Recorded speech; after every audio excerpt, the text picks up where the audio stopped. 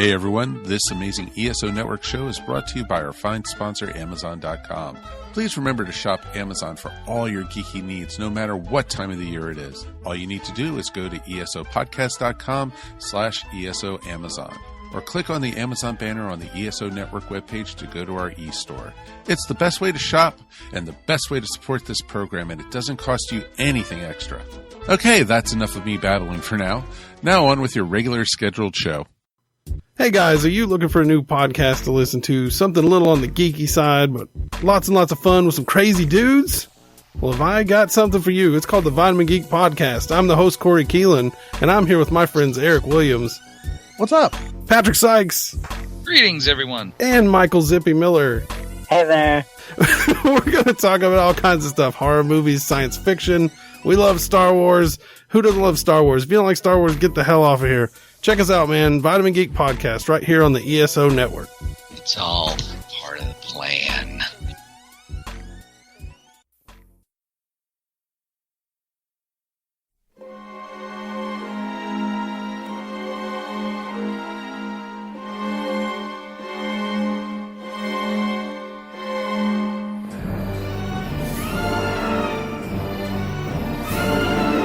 Hello, and welcome again to the Monster Sci-Fi Show podcast. I am your host, The Monster, back to give you, yes, I know, I get it. It's another late podcast on sci-fi news. I know. Trust me, I know.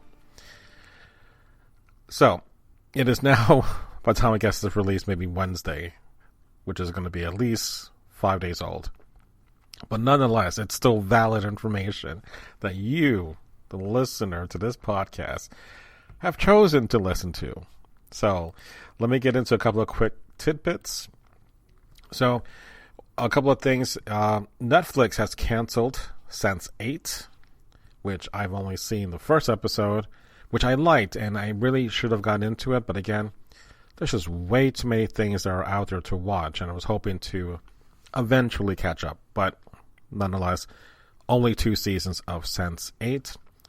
We also have on Netflix, supposedly the new Netflix Punisher series is going to be scheduled for November of this year, but I haven't received official confirmation, but that looks like to be the time for it to be released for all of us. So again, I'm happy for that. It's a great character that Netflix was able to introduce in Daredevil Season 2. Considering how it kind of faltered, I'm glad that Punisher is getting his own series. And Supergirl. In the last episode, I talked about this in the season finale for Supergirl. The second ship that made it to Earth, or supposedly is heading to Earth, is a new villain called Rain. And not in R-A-I-N, but R-E-I-G-N, Rain. So I have to do some research because I've never heard of this character, but that's who's going to be the villain for next season. So, interesting stuff. But put that all aside, because I have news about who the new director of Godzilla vs. King Kong is going to be. I'm going to talk about the new VR game, the Star Trek VR game. Even though I don't have it, I can still talk about it, right? And also, I'm going to be talking about, finally, the Twin Peaks The Return episodes 1 and 2, since it was combined together. I will talk about the first 2 episodes of Twin Peaks. So, yes. So, let's get started. Director of the new movie, Godzilla vs. King Kong, his name is Adam Wingard. And honestly, I haven't heard of him before because he's basically an indie director, which it seems to be a trend that Legendary Pictures is doing, because if you remember the first Godzilla movie that Gareth Edwards did, he went on to do great work with that, as well as doing the Star Wars Rogue One. And if you saw Monsters before Godzilla, you know who he is. So they had a winner there. And then we also had another director for Kong Skull Island. His name is Jordan Vogt Roberts. And supposedly he is going to be producing or making the Metal Gear Solid movie. So we'll see what happens with that. So with Adam, he's done movies, again, really small budget, but the most notable one, the last two, is going to be, he did a sequel to the Blair Witch Project, which came out last year, and he has produced and directed the new Netflix live-action Death Note, which is an anime manga series, which is now a live-action movie. So that's going to be coming out. With Adam now attached to this, we're not going to see this movie for quite a while. Again, it's coming out in 2020, but he's locked in. And it's kind of a cool thing that they already planned this out, but many times it can backfire, in which you would have an independent director like Josh Trank, who did a movie called Chronicle, in which it was kind of like a documentary in which it was a mise-en-scène, the camera capturing the action as is, and in which these teens somehow get superpowers during, I think it was some kind of lightning storm or something like that. It's been a while, but because of that, he went on to direct the Fantastic Four movie, which unfortunately bombed. And there were problems on the set with him and with the movie itself. So you can have something like that kind of blow up in your face, considering how much I really like Chronicle. And then, I would have chosen him to go ahead and produce a superhero movie, because that's what he did, but on a smaller scale with Chronicle. So not every director that is working independently is going to be a home run. So for me, now that I know something about Adam, I'm definitely going to have to watch the sequel to the Blair Witch Project, which kind of looked from the trailer like the original, or it kind of mirrored a lot of the same elements. So I'm just curious what was going on with that. And then when Death Note comes out, of course, I'm going to check that as well. So, but nonetheless, I'm having faith in what Legendary Pictures has done so far with their movie. So, and again, they've invested a lot in creating this monsterverse. So I don't think they're going to let this fall by the wayside. But again, anything can still happen to the last moment. We still got 3 years to go. So again, we'll see what happens. All right, so the next thing I'm going to be talking about is, since E3 is actually coming up this month, there was information about the Star Trek game that was announced last year at E3. Was called Star Trek Bridge Crew, in which you and up to 4 players can play out in VR that environment of a Star Trek crew that's on the bridge. So in this case, it's the USS Aegis, and basically you take up different points like helm or tactical or engineering, and of course the captain's chair. So it definitely looks kind of cool, but for me, I'm not sure how I would feel with the goggles on my head, since even though I do the cheapy goggle, Google Glass, not Google Glass, but the Google Cardboard, and put my phone in there, I can still feel motion sickness if I move too fast. But I think the concept itself looks kind of cool. So on the onset, when I saw someone doing a video of the gameplay, and it's like joining in a game in which you do, like, say, you're ready to play and you get different players with you.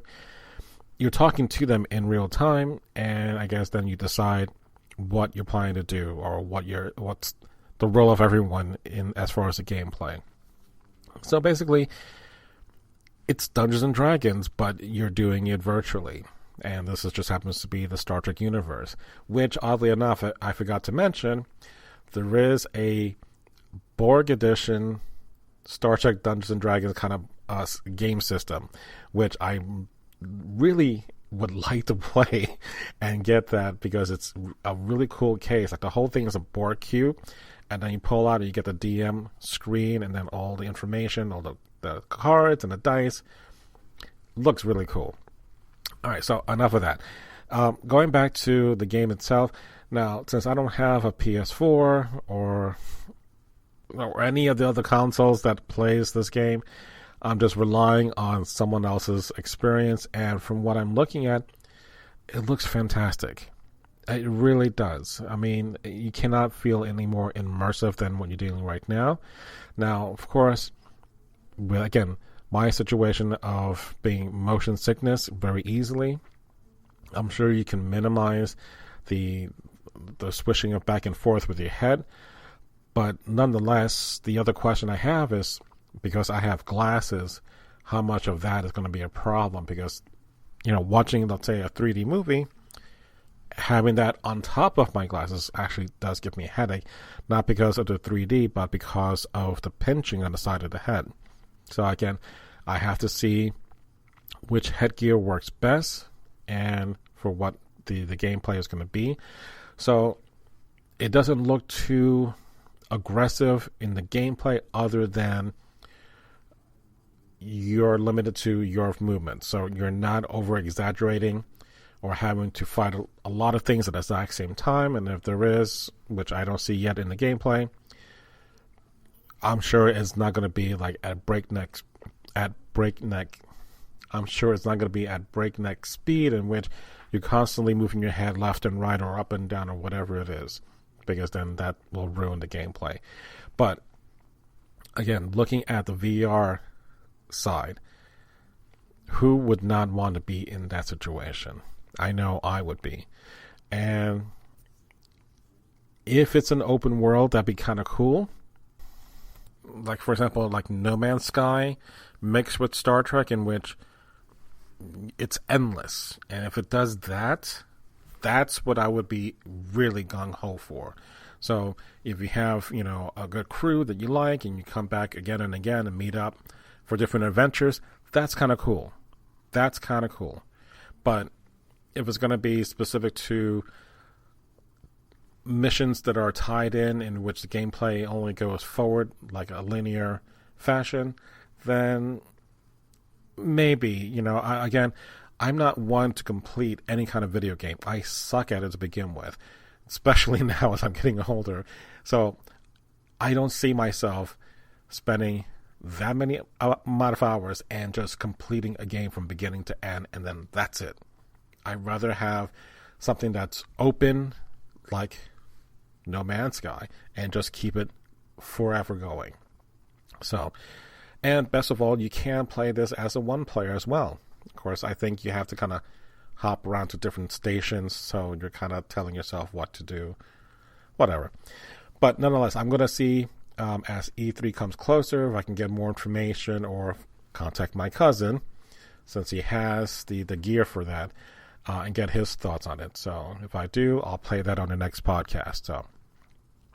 So nonetheless, I think it's a cool game. And again, it's been delayed, but it looks like it's now finally released after all this time.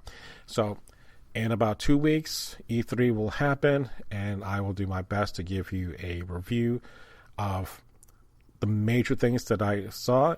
Not that I'm going, but I'm just talking about saw it on the internet.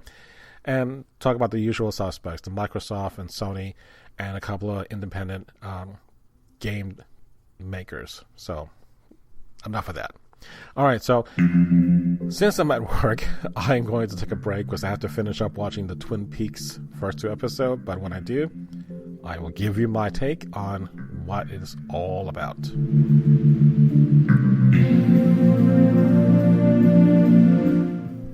All right, so it's been 25 years later.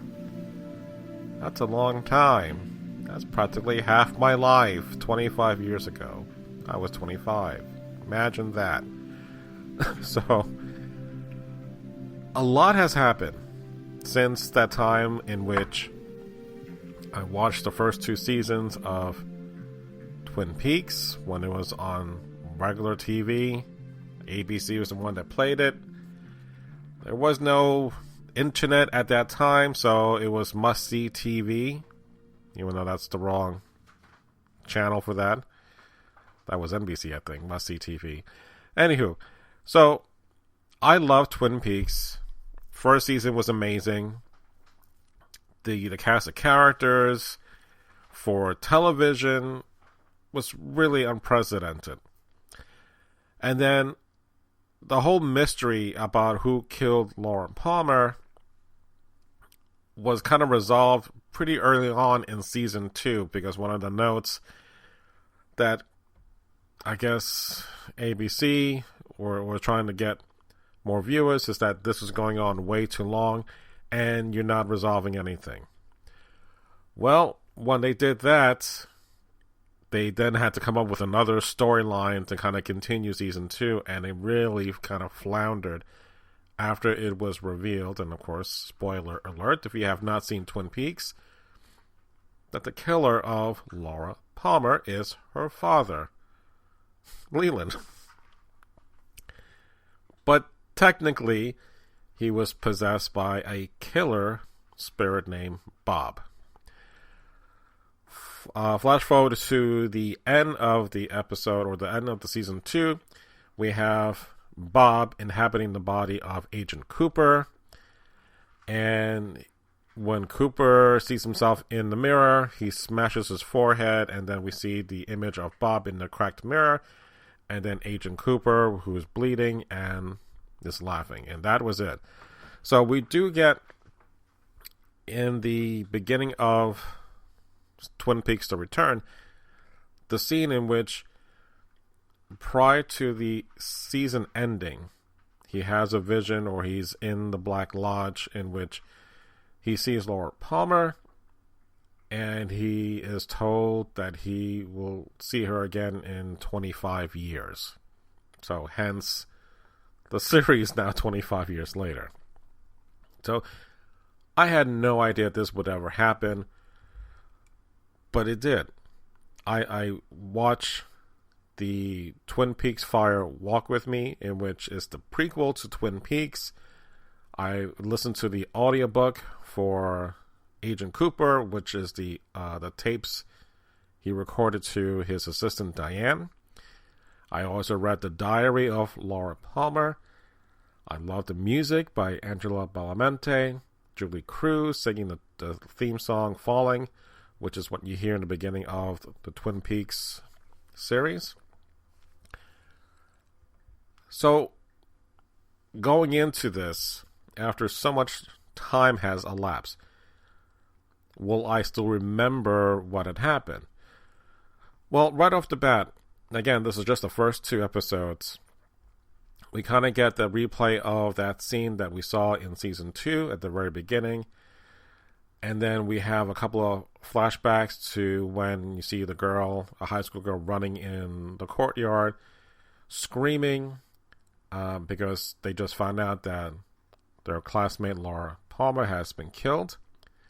You see the school again, and then the camera focuses on the, I guess, like a prom picture of Laura Palmer, which was always ending every show. And then the music plays, and then there we are. We're back in Twin Peaks. And we see Dr. Jacobs, who was the psychologist that was treating Laura Palmer, getting some kind of shipment of shovels. What that's for, who knows? And then it gets weirder. Then we go to New York City, in which there's a guy who is watching this empty, clear box with lights and cameras set up all around it. And his job is to make sure that all the cameras are recording. So every once in a while he has to take out the SDI card from each camera and replaces it with fresh new memory.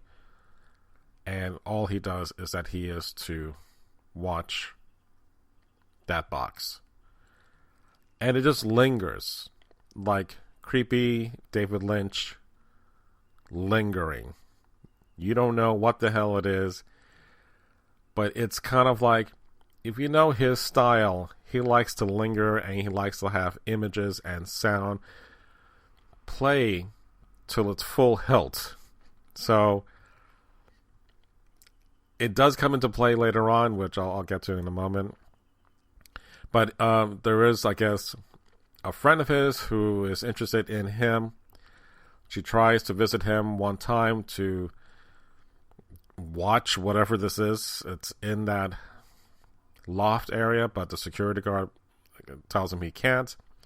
She tries the next day, and he's not there. The security guard is not there, so the two of them go inside, and it's obvious that she has feelings for him, so the two of them start making out, and then they're starting to have sex, and then all of a sudden, an apparition appears in the box. The box kind of darkens, and there's an apparition inside that box that looks like it's trapped. And then somehow it breaks out and kills the both of them. So that goes that. Then we go into the Black Lodge. I'm sorry, not the Black Lodge. Sorry, it's the Great Northern, the hotel that Ben Horn is still running.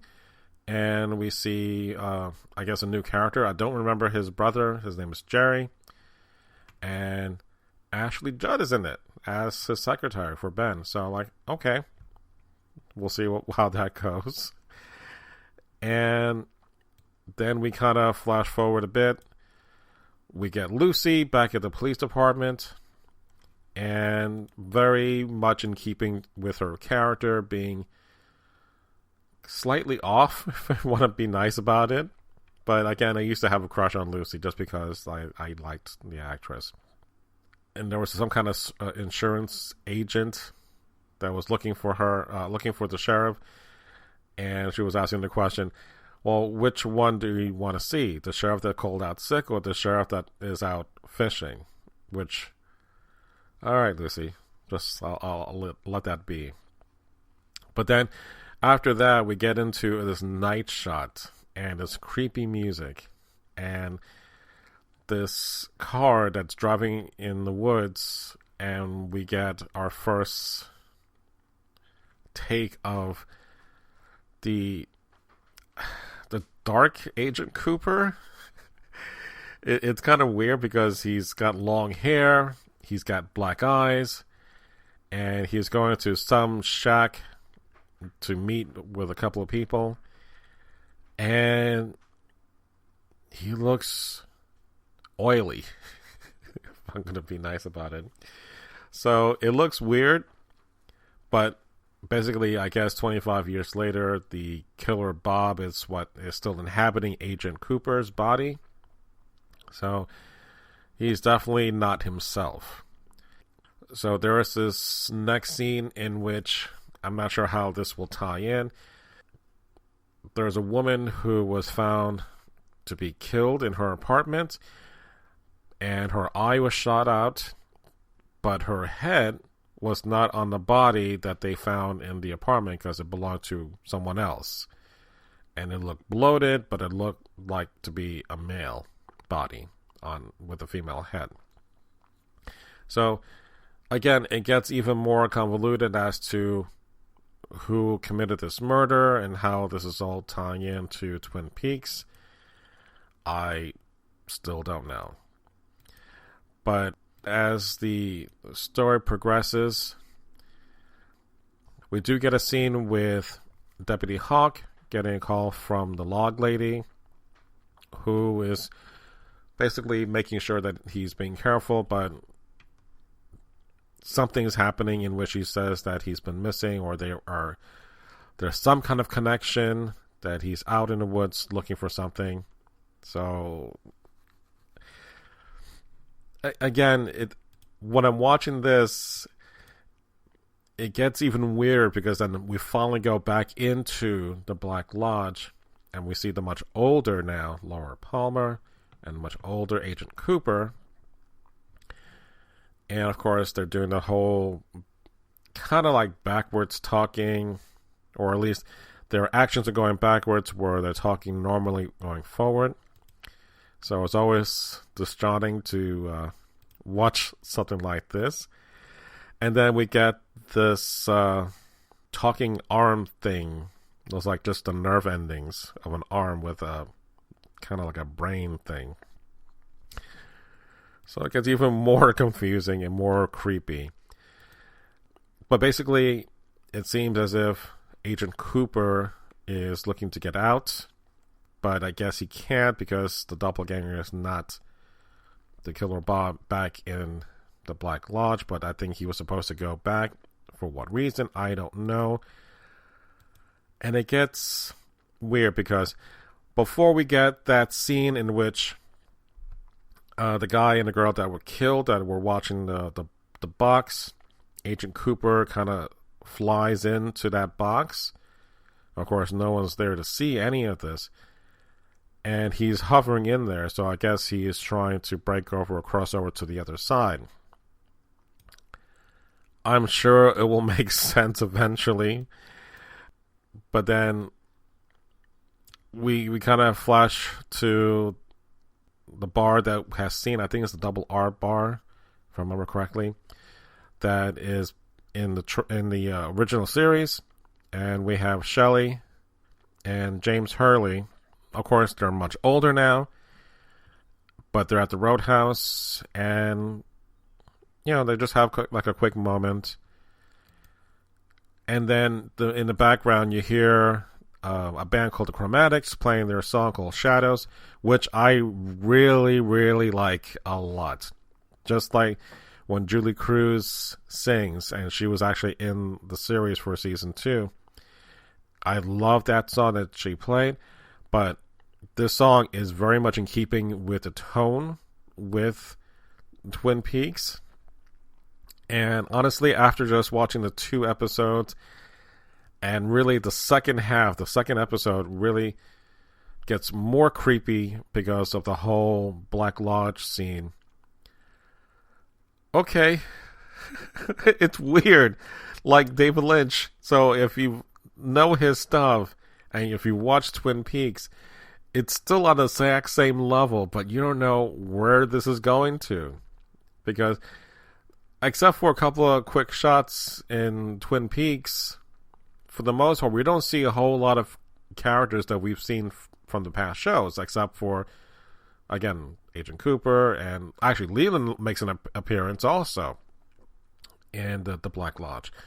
And, of course, Lord Palmer, and then we have James and Shelley. So, and the Log Lady, and then Hawk, and of course, we have Andy and Lucy, and of course, Ben. So, there's still a lot of people that we still haven't seen yet. And the big one is going to be Audrey Horne, so who I do have a crush on, and reminds me of someone in a lot of respects, because the mannerisms that she did in the first 2 seasons were very identical. So it's kind of eerie to see what this person will look like 25 years later. But I'm curious to see how it all plays out. So after 2 episodes, is this something that I would recommend? I say that you really have to like Twin Peaks and to appreciate David Lynch and that universe that he has created. Otherwise, you have no idea what the hell is going on. I still don't know what the hell is going on or where this is going. But I'm willing to go forward with this series because I have 2 down, so I have 16 more to go, and they're doing this weekly. So it's going to run through until sometime in September. I'm okay. I'm glad it's back on. I'm very eager to see how this all plays out. And will it be complete, or are we going to leave things open? Or are we going to get more Twin Peaks after this? I think you should make it complete. Let's end the story after the 18th episode. And you can rebox the whole season 1 and 2 and now 3. Put in the Twin Peaks Fire Walk With Me. You give it the ultimate Twin Peaks treatment for fans. And I think you should just leave it at that. I think we've done enough to reward fans who've been keeping this franchise alive. I remember even the Wrapped in Plastic magazine that I used to love reading. So that also kept the franchise alive. So I'm all for this series. And I think, as I've commented already before, since there's a great deal of material that's out there, I don't think it can go any further than the nostalgia factor, in which fans will just watch a series out of respect. But after that, I don't think you can do anything more to this series that will make it so that it's the most watched series. It's not Game of Thrones. It's not that kind of quality in which people start talking about it and cannot get enough of it. I think, again, because of David Lynch and his weirdness that he is, you can appreciate for what he does, but not everyone is going to get it. I'm happy with it. Again, I don't know where this is going. I don't know how everything's going to tie in together, but I'm along for the ride, and I'm glad to have this after a 25-year absence. So we shall see how it all plays out, and I'm pretty sure I'll do a review at the very end of the series finale, and I'll talk about it some more. So again, I recommend it, but only if you are a true Twin Peaks fan. And I think you should at least watch the first 2 seasons rather than jumping in. Confusing, even for a diehard fan, for me. Alright, so that does it for me. And as you can hear, I'm playing the Twin Peaks song in the background, but that's the new song by the Chromatics called Shadow. So, again, can't get enough of that song. So, thank you for listening to this podcast. Follow me on the various social networks. You can always email me at monstersci-fi show@gmail.com. So, thank you again for listening to the Monster Sci-Fi Show podcast. Sci-fi from a certain point of view. Good night.